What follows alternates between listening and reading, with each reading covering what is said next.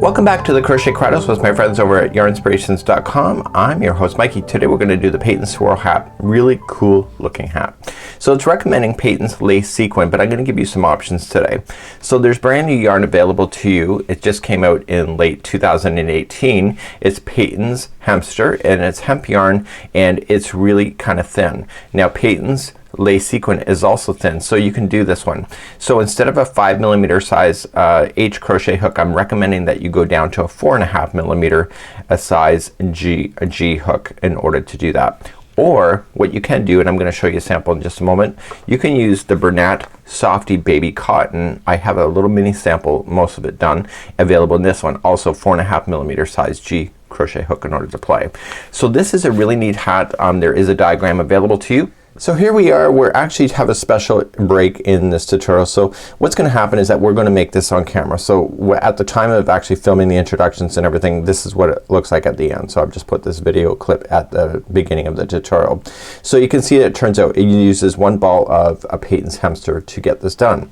So my practice sample that I used here was the Bernat Softy Baby Cotton, and this turned out really well, and you will have quite a bit of yarn left over. I wouldn't say like excessive amount, but quite a bit of yarn, and that you can actually probably, if you bought another ball, you probably could get at least one more hat, maybe even two, by combining another ball in this together.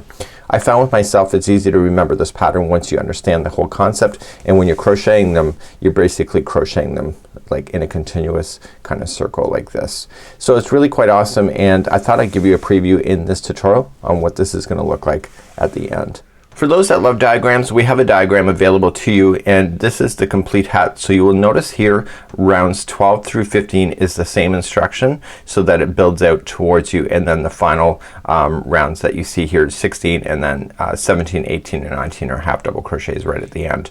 So here's just me just working through it. So let's take a look at a sample that I've been doing in the Bernat Softy Baby Cotton, and then you probably get a better perspective. So this is what the hat looks like. It starts off at the top and then works its way out and creates this automatic swirl with these beautiful shell work that is done.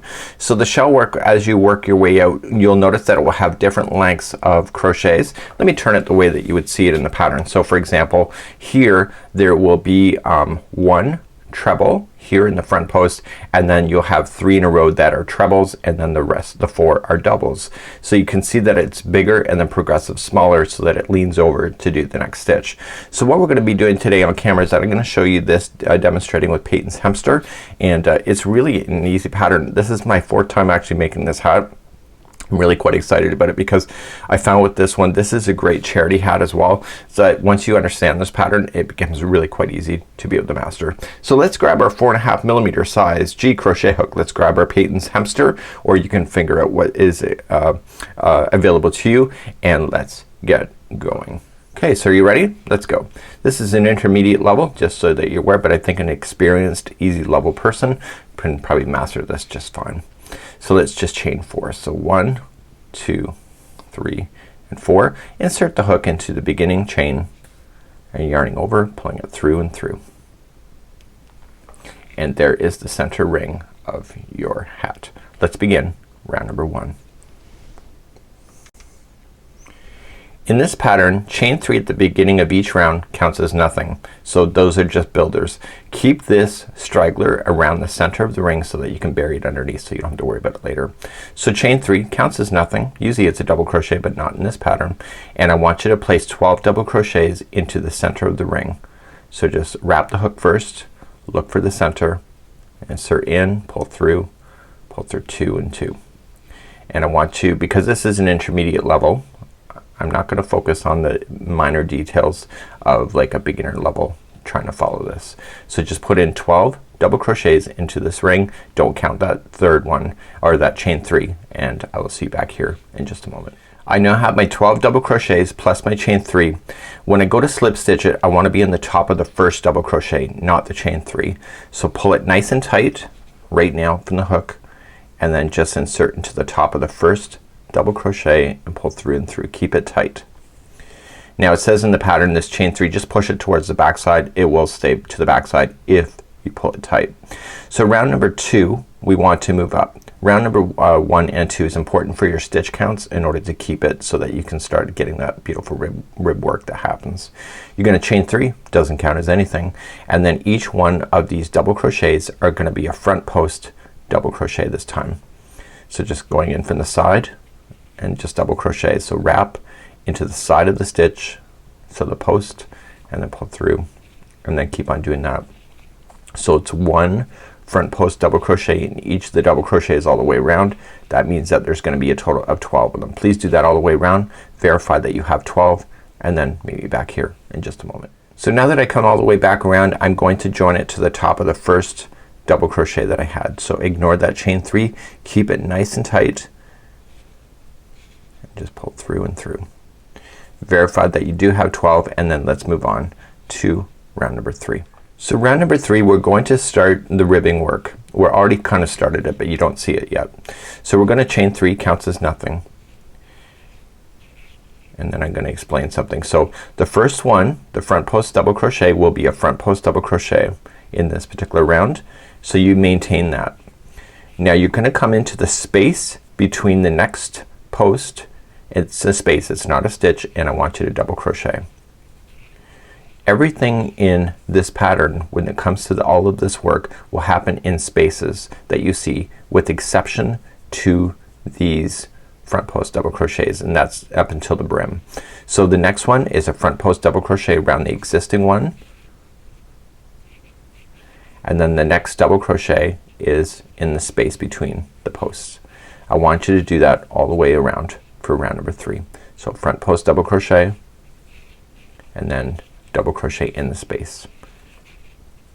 Please do that all the way around. So I'm coming all the way back around. I'm just maintaining the pattern as I know it.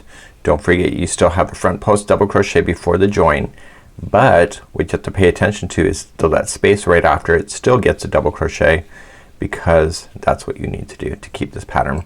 I would verify one last time that you have 12 of these front post double crochets. So 1, 2, 3, 4, 5, 6, 7, 8, 9, 10, 11, and 12. Once you're satisfied, join it tightly to the top of the first front post double crochet. And let's move on now to round number 4. So round number 4, we're gonna progressively get bigger. So chain 3 counts as nothing, and then keep that first one front post double crochet as a front post double crochet. It's pretty easy, right? Now in the next space between this and this double crochet is where you're going to play. You're not gonna crochet in this double crochet. So you're going to put 2 double crochets in that space. And then you are going to then jump a front post double crochet to the next front post double crochet that you run into. So you're totally ignoring that double crochet there. Okay, and then the next space between the double crochet and the front post is where you want to put in 2 double crochets. It's all about the space work for this. Okay, so the next one's a front post double crochet, and then put 2 double crochets in the space. Please do that all the way around for round number 4. As you finish round number 4, don't forget you have to go into the space after the last front post double crochet and put in your 2 double crochets, and then join it tightly to the top of the first front post double crochet.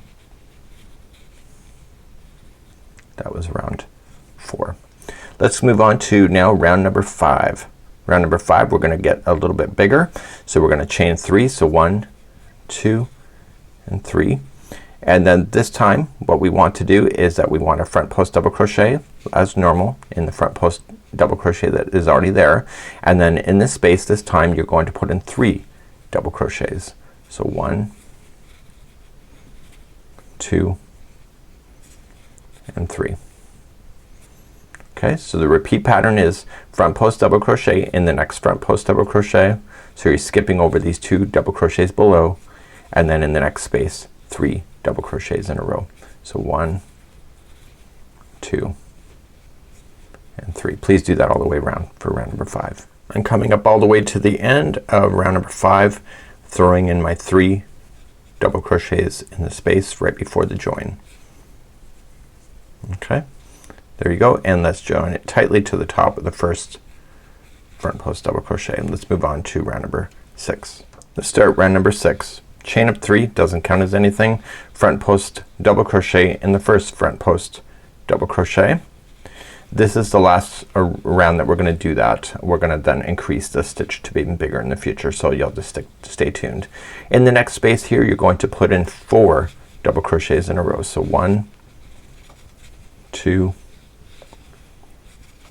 3 and 4, and then jump to the next front post double crochet, and then front post double crochet that one, and then 4 into the next space right after it.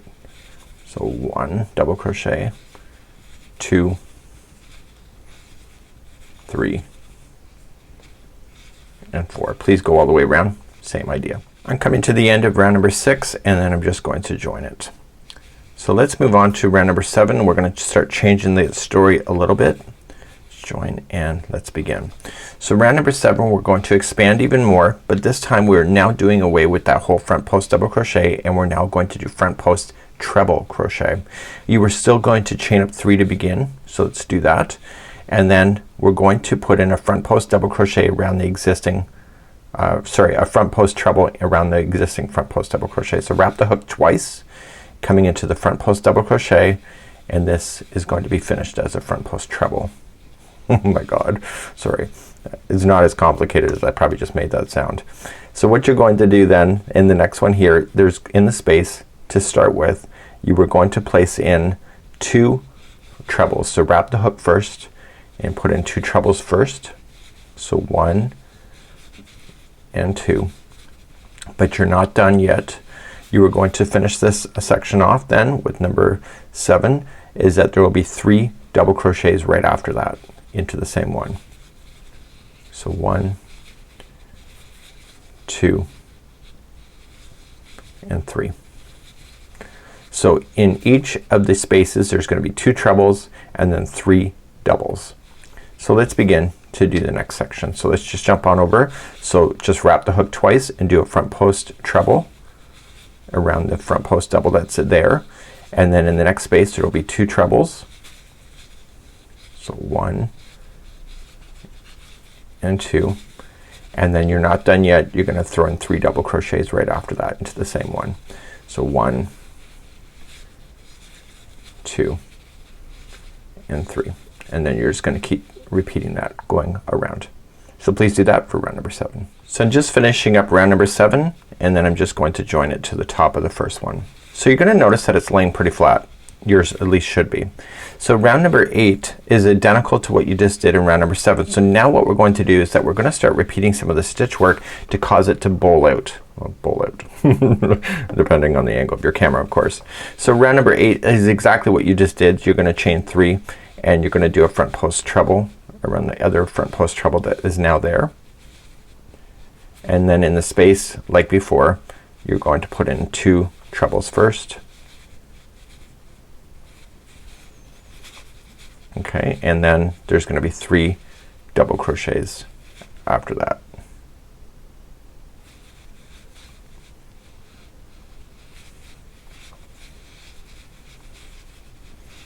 Okay, so it's exactly what you just did. So move to the next one. So treble around the front post treble that's already there, 2 trebles into the space, and then 3 doubles to top that off. So this is round number 8, and it gets easier because you're gonna start repeating some rounds, so then it's not all just hard stuff. So continue that all the way around for round number 8. Okay, and coming up to the end of round number 8, there's 3 double crochets to finish that section off, and then you're just going to join it tightly to the first front post treble. Now rounds number 9 and 10 are both the same. Let me just show you it just once and then you're gonna do both rounds on your own. Okay, so you're gonna chain 3, doesn't count as anything, and you're gonna do a front post treble around the existing front post treble to keep it going. And then all you're just gonna do in the space, there's still going to be 2 trebles. So 1 and 2, and then to finish this off there will be 4 trebles in a row, or 4 double crochets in a row. So 1, 2,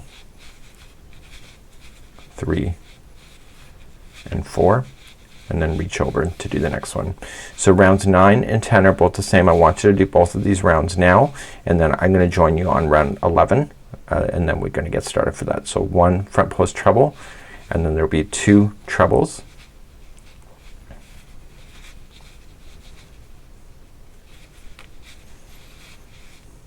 Don't forget to wrap that hook twice, and then 4 doubles into the space.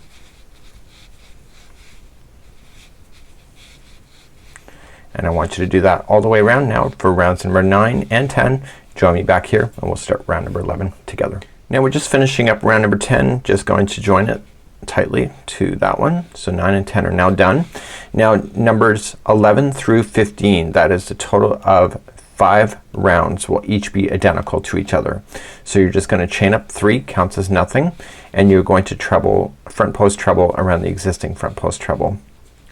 In the spacing for the next 5 rounds is gonna be the following. It'll be 3 trebles, so 1, 2, and 3. And then to polish this off is that the next ones here will be 4 double crochets like you did before. So 1, 2, 3, and 4. So then what you're going to do is then jump to the first one. So you're gonna front post treble to the existing front post treble. See how loose I just did that? I'm gonna retry. Make sure it keeps it nice and tight. So the next 5 rounds, because they're the same rounds, is that you'll see that it will bowl in to shape the top of your head better. So we front post treble, there will be 3 trebles in a row. So 1, 2, and 3, and then followed by 4 double crochets. So 1, 2, 3, and 4. So this is round number 11. What I want you to do the same thing all the way to round number 15, exactly what you just did, and it will start to bowl out for you. So please do now rounds number 11, 12, 13, 14, and 15, and then join me at the end of 15, and we'll continue then to the final brim area at that time. So by this part of the tutorial you have now rounds 11 to 15 complete, and you can see the spiral is really taking effect and really quite awesome. Let's move on to round number 16. Really quite simple. Chain up 1, and then one of each of the stitches will get a single crochet. That includes the front post double crochets. We're no longer having to take that into consideration, so it's 1 stitch, 1 single crochet in every stitch all the way around. Please do that now, and I'll see you back here in just a moment. So I'm finishing up round number 16. So 17, 18, and 19 are your final rounds, and they're each identical to each other.